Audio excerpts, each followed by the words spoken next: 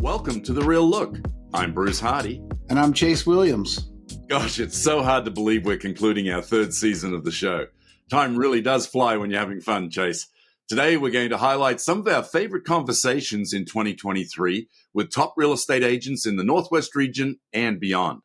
But before we dive in, Chase, I'd love to ask you, why do you love hosting The Real Look? Well, Bruce, selfishly, I think if you want to become an expert in anything, one of the best ways on the pathway to doing that is by interviewing the experts and learning from them and hearing about their journey, their failures, their successes. And, I love getting the opportunity to learn at that level from these high caliber people in our industry. From a leadership perspective, obviously, I want to turn that learning and expertise around into adding value to the folks that are listening to the show, of course, to those that we get the fortune of leading inside of our industry at Keller Williams. And I get to do that. Right, Bruce? It's like, how often do you get to have an insight, a peek behind the curtain into this many successful people? And we get the opportunity to do that through this show. What about you, Bruce? What's your favorite part? Well, I got to say, I agree with you on the selfish part, right? I feel like we get more out of this than probably anybody else because we do get to do that. Yeah, but the other thing that has struck me, since we've been doing this and as we report the news every week, the research that we put into this, what I've realized, it's given me a heightened sense of actually what is going on in the real estate world. That's been a gift, right? And as you said, from a leadership perspective, it's a gift we get to share. I would say all round, I enjoy you and I getting to spend time together. We don't get to get face to face with each other often enough. And yet we get to do this with an amazing group of people. We get to build some relationships out of this as well. And that's been really fun. Agreed. Those are the foundation of everything we do. Well, Bruce, let's jump into a look back at season 3. And like all other seasons, our guests reiterated time and time again that so many of the challenges we face in this job are similar. Hearing each of their stories reminds us in a weird way that even the hardest parts of our career bring us together as one big real estate family facing each obstacle head on, which cues us up for our first spotlight on what was no doubt the biggest challenge for most realtors in 2023. The market shift. Episode 331, Molly LeBlanc.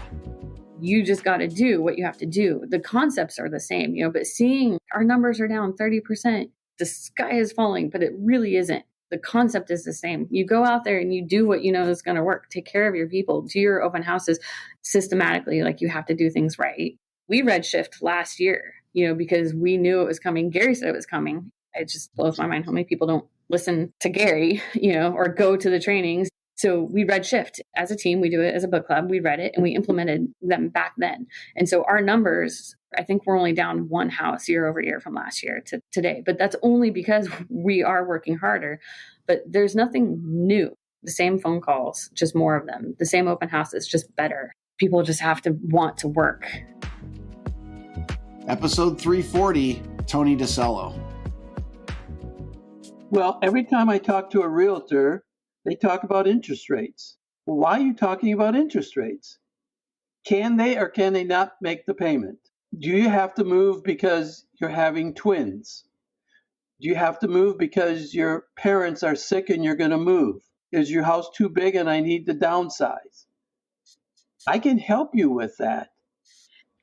You know what? They don't care about interest rates. They care about what they're going to walk away with. If you live in a nice market and your parents are in a lesser market, okay, let's plan that. You're going to buy a house and you're still going to have half your equity left over. What are you going to do with it? How do I help you accomplish both things? How do I help you make the transition to be with your parents, and what do we do with the extra money? So there's so many discussions we can have. Interest rate is not one of the discussions. Episode 305, Lance Davis.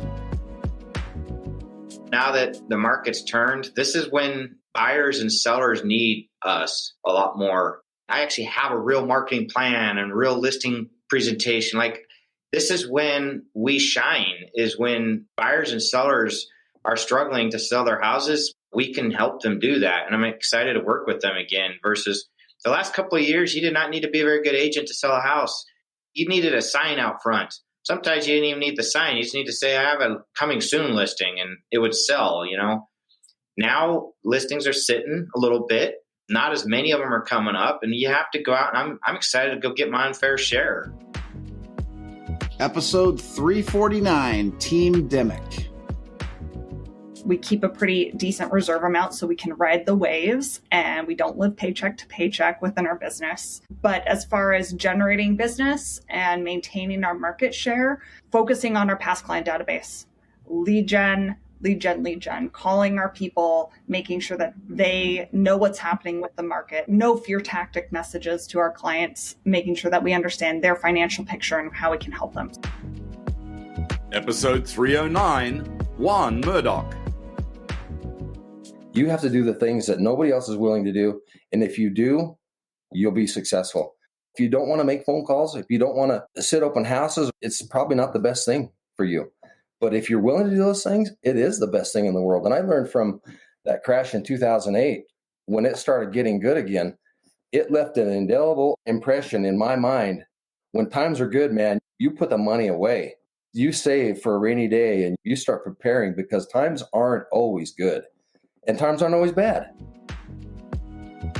Episode 326, Michelle Bailey.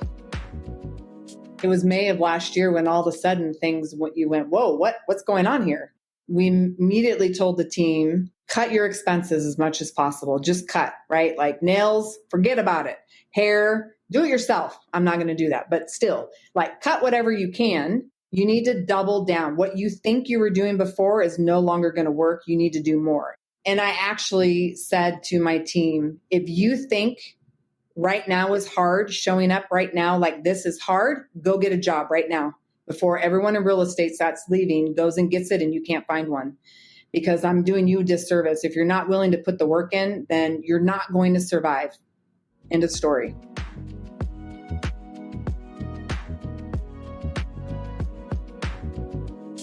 Well, Chase, in a shifting market, there tend to be a lot of distractions taking us away from our one thing.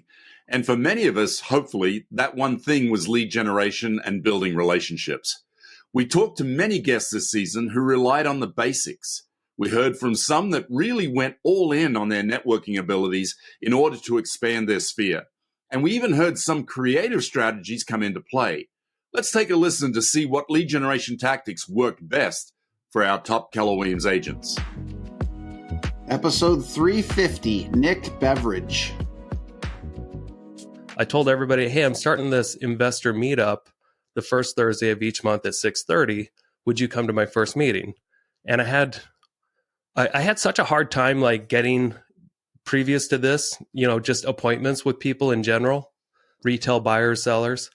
But when I made this introduction to everybody, it just felt like such an easier way to lead generate for me.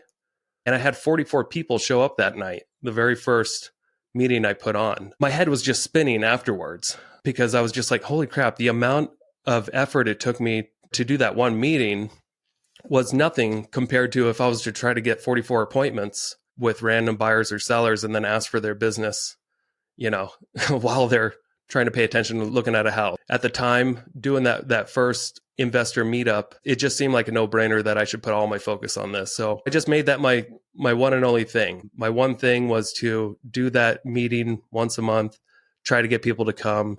And it was all about client acquisition and retention. And then out of that, over the years, almost all of my business has come from that. Episode 315, Barb Dopp. Hi, this is Barb. I just wanted to ask a quick question.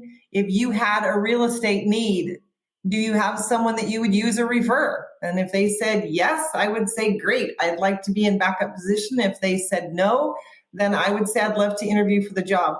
I talked to people I knew. We'd lived in Boise. When I started in 2005, we'd lived there for 14, 15 years. So I knew people already.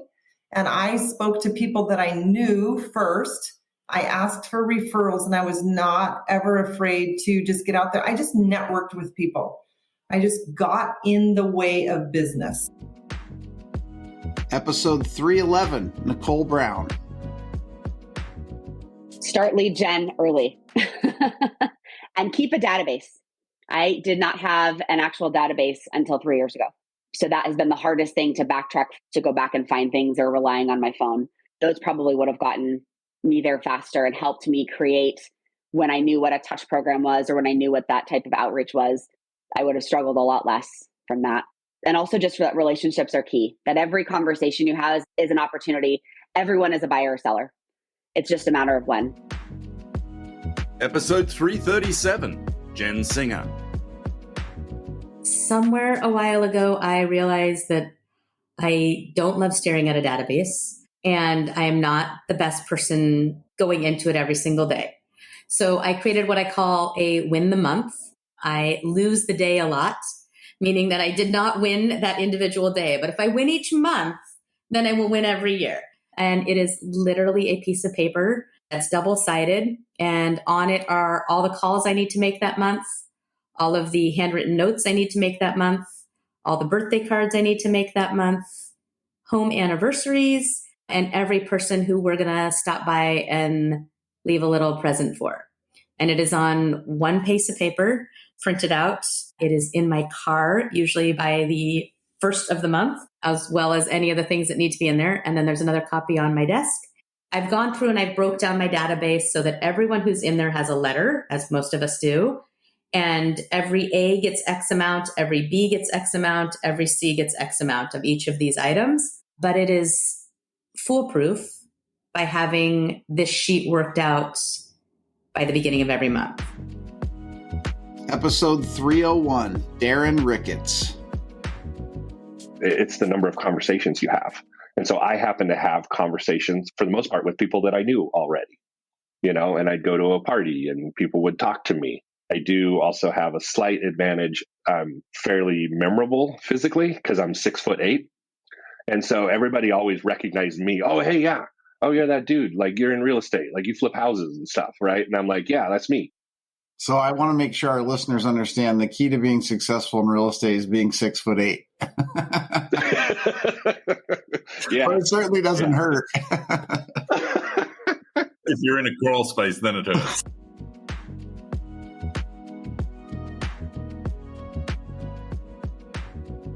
In 2022, we were so excited to see the Keller Williams ecosystem expand to include KW communities. Each community highlights a niche topic in real estate, and we've gotten to see many of our agents accessing those new tools and resources ever since. From senior living to downsizers to luxury clients to new construction homes, agents are carving out their own spaces in these communities, Bruce, and thriving, which is so cool to see. Episode 347, Kathy Kleber. I love working with seniors. They have a big need. They're being taken advantage of a lot out there. And when they go to downsize, when they think about selling, there's so many barriers to the process that we just decided that every time we heard of something that somebody needed, we were going to provide it. And so now, 17 years into this, we have a very comprehensive project management approach. Everybody uses the word concierge services today, but we've been doing concierge services for a long time. Episode 320, Zach Entwistle. What I realized was downsizers was kind of a different niche. And the reason I was thinking downsizers was, you think about somebody who has to sell. Well, somebody whose hip just broke and they have to move into assisted living. They just had a stroke. Their husband just died. They're down to single income and they're moving in with family. They have to move. And at that point, they're not thinking profit margin. They're thinking, no, like it is a burden. I need to get rid of this thing. This house is a burden. It's too much land. It's too much house. It's too many stairs. It's too much. I need to liquidate. And then I started thinking, okay, so to answer your question, Bruce, for me, a downsizer, it's somebody who has to move. They're downsizing their property, and it's either an estate, it's a divorce, or it's a downsizer, right? Somebody who's elderly that needs to move into care. That became the niche over time, and I don't really remember how this came about, but I started lending money to help people out on the repairs of their home, right? And I started thinking, okay, well, the house needs a new roof, so I could put it on the market saying it needs a new roof, or I could front the money and just get paid back at escrow. Episode 308, April Florsik. Our pending average right now is 1.7 million. We're pretty excited about. It was a slow, steady pace. Like the very first homes I sold in our market were 70,000 new construction starter homes. That was my network. That was my sphere, right? Those were my friends that were young and they were buying their starter homes. But I think what I learned from living through the market in 2008 and 9 is I really started to study the market and the data. I saw an opportunity in our local market at that time where it was hard to find building lots. There was a side of town, which we call East and North Boise, where there were no builders actively building. And it was an area that had higher appreciation than other areas in the valley. And I stumbled upon some building lots that were priced less than what builders were paying in the Meridian market. And so I just called up this builder I'd worked with and I just said, hey, can I just show you like the information that I've been studying? And I just sat him down and we went through the data. I said, I really think you should buy these 4 lots because you're buying them in Meridian and you're competing with, 50 other builders and nobody's building on this side of town. He said he'd think about it. And then a lender referred a buyer to me who was a doctor who was looking specifically in that area where these lots were at. And I called him back and I said, I think I already have one sold for you. We put the deal together and he bought all 4. And it transitioned his business and it transitioned my business because we all of a sudden started building. At the time, it was, $700,000 and $800,000 homes. And that became our inventory level versus a $300,000 home in the Meridian market.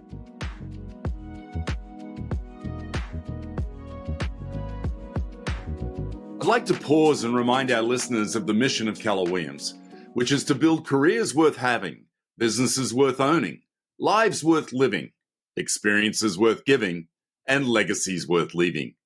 And it's that last part, the legacies worth leaving, that pertains to this next conversation, building wealth through real estate. Not only have we had the privilege to witness agents building wealth for their clients, but also for themselves, their families, and their team members. It just goes to show that we are truly making a difference in our careers. And in my opinion, it just doesn't get any better than that. Episode 342, Matthew Ray. I am really excited to see the clients, my buyers, my sellers, my investors, people who are doing things right now, counter to culture, counter to what the media says, that I think in 5 years are going to look back and be so incredibly thankful that they made moves right now. I'm really looking forward to those conversations. I do think that the phrase "I told you so" is underrated. Kim and I have joked about getting t-shirts that say "I told you so." But truly, I think when you look back, this is going to be one of those moments when everybody says, well, I should have bought more in 2023. Yeah, I think you should have. I know interest rates are 7%. I know that, 7% of a $700,000 home is a lot different than 15% of an $80,000 home. I get it. I get the cost and the challenges and the wage inequality. I understand all of the stuff that people can tell you to make excuses. And yet I know there's 24-year-olds out there that are scraping everything together to buy their first rental property or their first property period that they're going to turn into a rental. I know that there's people that have been putting seeds. They planted seeds 15 years ago, so they're harvesting them now, and they're planting more now, right? I'm excited to see those harvests come to fruition in a couple of years. I love wealth creation through real estate. Episode 346, Erin B. Thompson.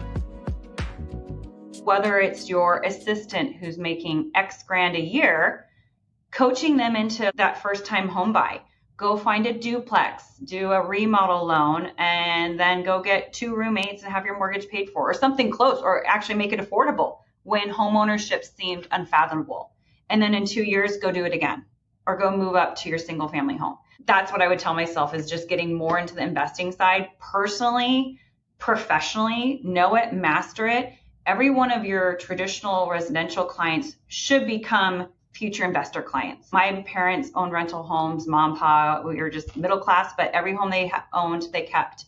And so besides, that cash flow, the long-term appreciation, the write-off, and then you have an annuity, by the time you're retiring, it's paid off, and that's just straight cash flow.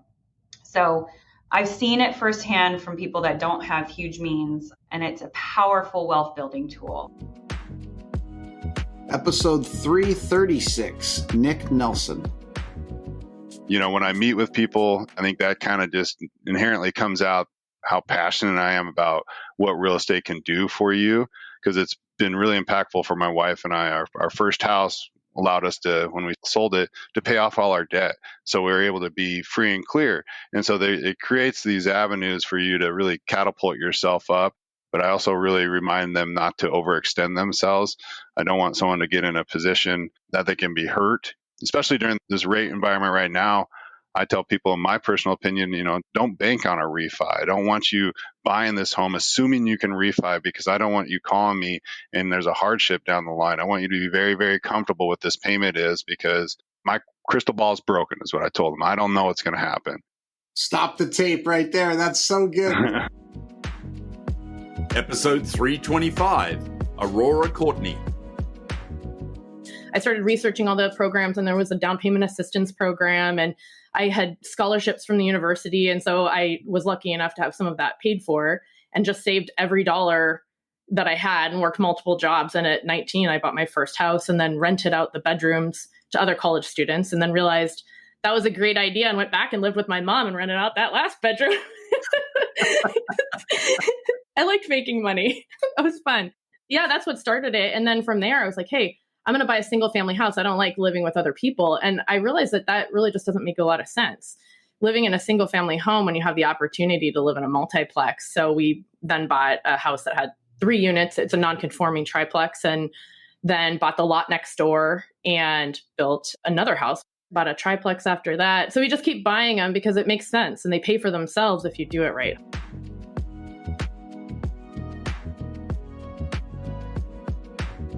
Now, Bruce, anyone that knows the KW model should be familiar with Gary's 3 L's in the Millionaire Real Estate Agent, or what we commonly refer to as the Red Book. Bruce, remind me what those 3 L's are. Absolutely. Leads, listings, and then leverage. Nailed it. And of course, I would expect nothing less from you, Bruce. Let's take a listen to how our agents embrace the art of leverage in their real estate journey.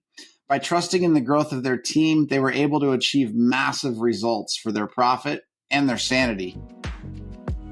Episode 307, Dave Nelson. It was absolutely terrifying. Honestly, the one blessing is that I brought her on, I think, a week or 2 before I ended up going on a vacation to Mexico. And I had a fair amount of business, and I was freaking out about how I was going to service all this while I was overseas. And man, she jumped in and literally within a day had earned the trust and respect of all my current clients, and just took it over. Basically told me, okay, now you need to learn how to stay out of my kitchen and go do your one thing and let me handle the rest. And I think that's how you know whether you've got somebody really talented or not, is they take control and they force you out, right? It was very uncomfortable, but ended up being kind of like ripping a Band-Aid off. Her and I went from 60 units to 100, I think, that next year. Episode 335, Alyssa Gamble. I mean, we went from 20 deals to 36 deals to 60 deals to over 100. At some point, I was doing all the listings following the Millionaire Real Estate Agent to a T. I think in 2015, we closed 250 units, and I did 120 of the listings. So I was basically half of the business. From there, I joined an expansion team. And what that really taught me was leverage, that I didn't have to do all the listings, that I could actually have a bigger business and more time to develop if I didn't do it all. Episode 332, Blake Elder. We want to hire the right people that we can pour into, and we can help them hit their goals. And at the end of 10 years, 20 years, whatever, they're happy and have earned more and built their wealth better than anywhere else. I overheard one of our guys saying this, and I thought it was great. And it was back in like 2018 or so. And I overheard him talking to some of his clients. He's like, no. I don't work for them. They work for me. I've hired them to build my wealth. And the moment they stop doing that, I'll go do something else. Episode 330, Rochelle Killian. I think my 3rd year in, I let everything fall apart and I had to put it back together. It's easy to get consumed in real estate. And I had to have a good reality check there and kind of put things back in perspective. Since then, I've got a full-time transaction coordinator who does all my paperwork. That was a no-brainer. I did that my first year. Halfway through my first year, I realized this is worth every dime to not have to deal with. And then I brought on a full-time assistant. Those give me enough leverage to where I can focus on my relationships and not so much the day-to-day of the business. And I think that's been the key in kind of keeping my sanity and continuing to grow in this. Episode 329, Krista Hopkins. I have a 10-year plan to not be working in the business, to be working on the business, right? I love the fact that now that our team is expanding, I'm providing growth opportunities for those people on our team. Alessandra Deering is our director of sales, and she is stepping into that role and growing into that. And eventually she'll take over what I'm doing day to day. And then we'll have another person in director of sales, and probably our support staff will shift. And I'm thinking we'll have a larger listing division and buyer division. I have some great org charts in my brain, and I sometimes will jot them down, but having those models in the MRA has been very, very helpful to me to be able to see what is possible and to be able to create something like this. It's such a great framework to do so, being with Keller Williams.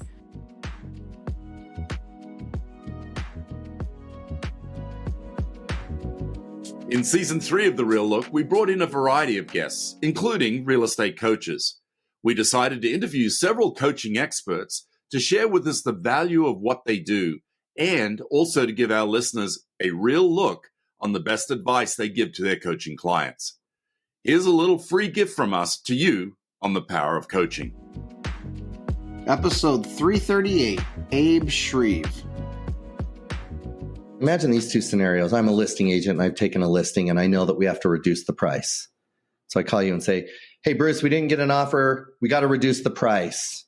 Now you push back, right? Well, hold on. And I say, I'm a professional. I do this every day. I know the numbers. Am I gaining ground in your mind at all? Not at all. But if I said something like, Bruce, I know this isn't easy. Talk to me about what's important about this price. With the money that comes from this sale, will you remind me, what is it you intend to do with that? What would stand in the way of that? If we were to keep your home at this price and the buying community continued to look at other homes that were priced differently, are you going to be able to achieve that goal? If you had to fund that objective with help from something else, not just the sale of your home, how would you do it? The conversation is completely different, and all I'm doing is coaching now. Episode 345, Andrew L. Anderson. When an agent comes to me because their business is breaking, I look holistically at their entire wheel of life, every single aspect. And if their business is breaking, there's usually something else breaking too. And it makes sense that we would just try to pour into the business and get that business to change. But what I found was if we could help take care of whatever it is that was breaking in their life as well, whether it was their relationship, their family, their fitness, or their faith, if we could get that put back together, then as Gary says, then the whole world falls into place, that their business really would grow to the extent that they personally were growing. So it's really honing in on what's happening inside the agent, not outside in their business. Episode 340, Diana Kokoska. The biggest thing is after you reach a certain pinnacle of success, much like you did, Bruce and Chase, all of us, we have so much success that it's almost like the pendulum swings into significance. It's from learning and getting better and becoming more to where all of a sudden you want to give back and help others become more. And that significance is where we get up every morning. We're so excited to add value to other people. It's our passion. It's our purpose. It's our drive. And once we start doing that and we start seeing them, and as they get better, and then the ripple effect starts going out, I don't know about you, but that excites the heck out of me to see people actually get better and for us to take a stand for their greatness more than they ever stand for their limitation. Love that.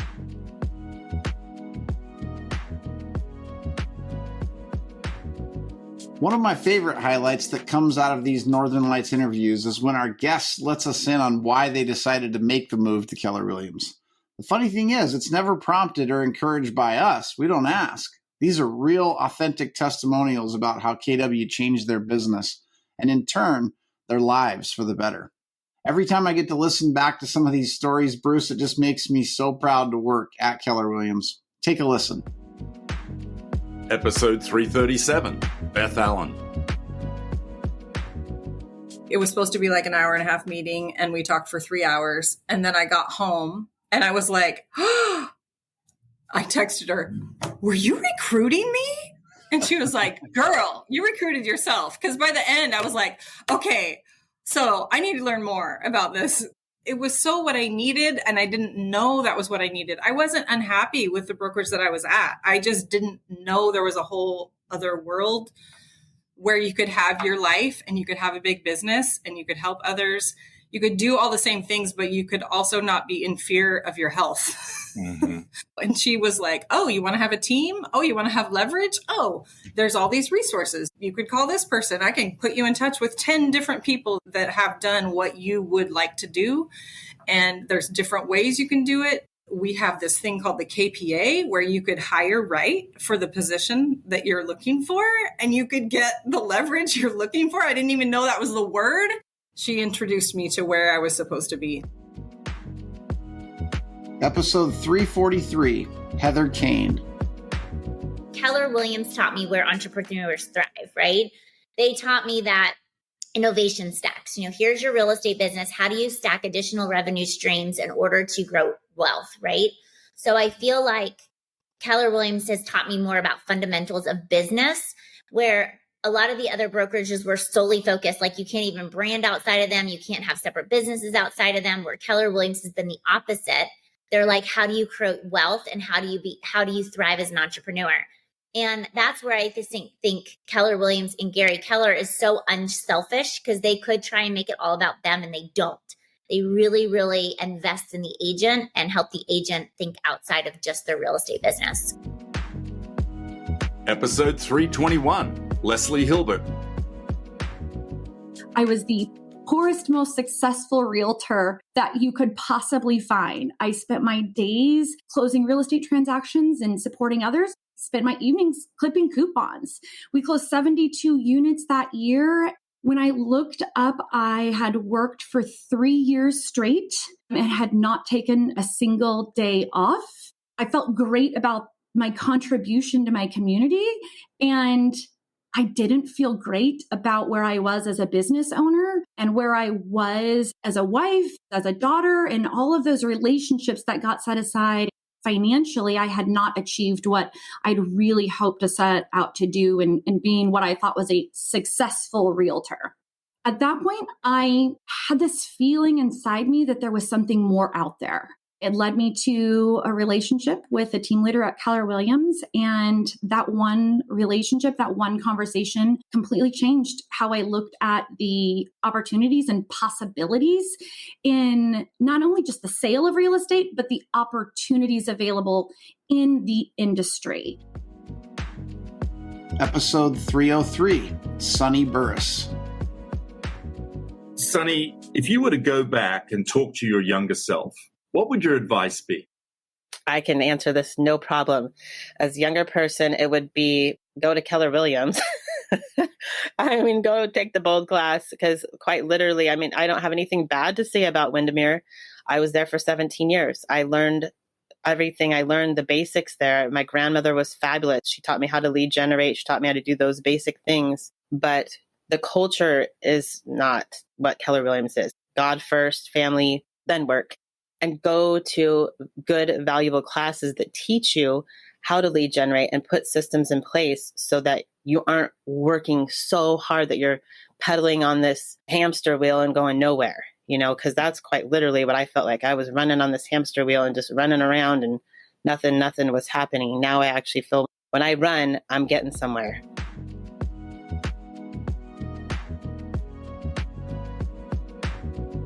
Now, Chase, we'd like to take a moment to thank the following 3 guests for getting so real with us in sharing their stories. I'm just constantly amazed by the vulnerability that our guests come to the studio with and the openness they have to give our listeners. Now, I don't know about you, but it's these inspirational stories that give me perspective and show me the resilience of the human spirit. Let's take a real look at some of our most real moments from season 3. Episode 306, Yasi Jazayeri. The most exciting thing is that I'm working with my coach right now towards getting out of the production in 10 years and focus on a nonprofit organization that I've been working on for the past year. Can you tell us a little bit about that? Is that okay if I ask? I'm originally from Iran. In our country, unfortunately, not everyone has the opportunity to go to school and have education. I consider myself extremely lucky to be able to go to school and be in the family that I wasn't worried about if I'm going to eat for dinner or not. And I just don't want to take that for granted. Giving back to the community is huge for me and my team. Like within the last 2 years, we donated over $68,000 to different charities for kids' education. Episode 324, Mary Gilbert. I'm kind of analytical too, a little bit, and maybe a little paranoid. But I remember after the very first chemo treatment, it was probably a little bit of mindset, and it was maybe just the overall shock of my body to getting the chemo. It was like the worst day ever. The next day, getting out of bed, I'm like, oh, I'm just going to take a shower. I had my makeup on, my hair was done, and I was like looking at myself in the mirror going, wow, I feel a lot better. The next day, I was like, I'm going to go to the office. Fortunately, at that time, I did have a full-time admin at the office. I had some agents that were on my team that were working my leads and could help. I decided that for me to be productive and have something to do, I went back to work. It was crazy good. I mean, I can't believe I did what I did. And a lot of agents were like blown away. But I ended up being the #1 agent in Douglas County. Episode 323, Robert Renteria. 5 days later, I ended up not feeling any better. So I go into the hospital thinking I just was going to get an IV and some oxygen. And they didn't let me out for a couple months, literally 2 months. It progressed to the point where they had to intubate me for, I believe, 30 plus days. I'm not sure. I haven't had the courage to really go and look at all the details yet, but it almost got me, Chase. It got a lot of people around us. It got a lot of people that we know, a lot of people that we love. Fortunately, my body and all the thoughts and the prayers of my family, my KW family and my family and everybody else's family got me through it. They called me the miracle when I walked out of that hospital 2 months later.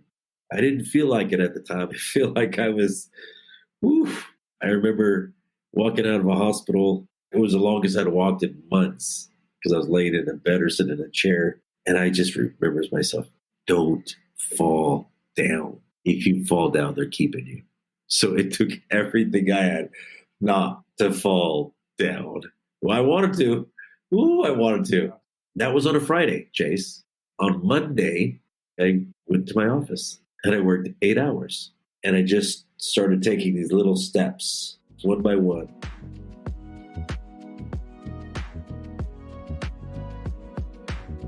Wow, Bruce, what a year we had. I just want to say thanks for the opportunity to be part of this podcast. I want to say thank you to you for your vision behind creating it and allowing, us to pull such a powerful group of people into this format, add value to us, add value to those listening, and hopefully others beyond that. And I also want to say a really special thank you to Marissa Frost, who produces this podcast and does all the things that allow us to hopefully sound good and add value to people. She truly is the magic behind the curtain, and I'm just so grateful for her as well. Well, ditto on that, Chase. I know I get to hear the raw footage, and she does make us sound better, without a doubt. I want to say thank you to you because doing this together is actually a lot easier than doing it alone, right? And you and I both have to cover for each other when we're either out in the field on assignment or on vacation. We'd also like to thank our ad supporters for sponsoring The Real Look. And most importantly, a big shout out to our loyal listeners for sticking with us for 3 years now. It's such a joy to share this experience with each of you.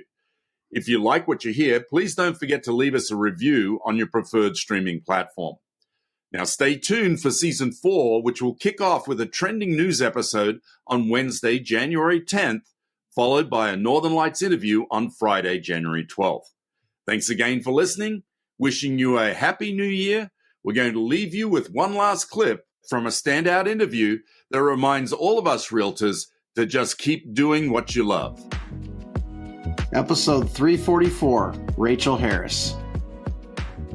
I just want to do this forever. I love this job. It is what I'm supposed to be doing. I like to say I burned the boats when I left the government because it's a very comfortable job. When I look down the line, I know I'm going to be doing this. There's a couple that have been in real estate forever they're my mom's best friends. And I'm like, I hope I'm like them when I'm that age.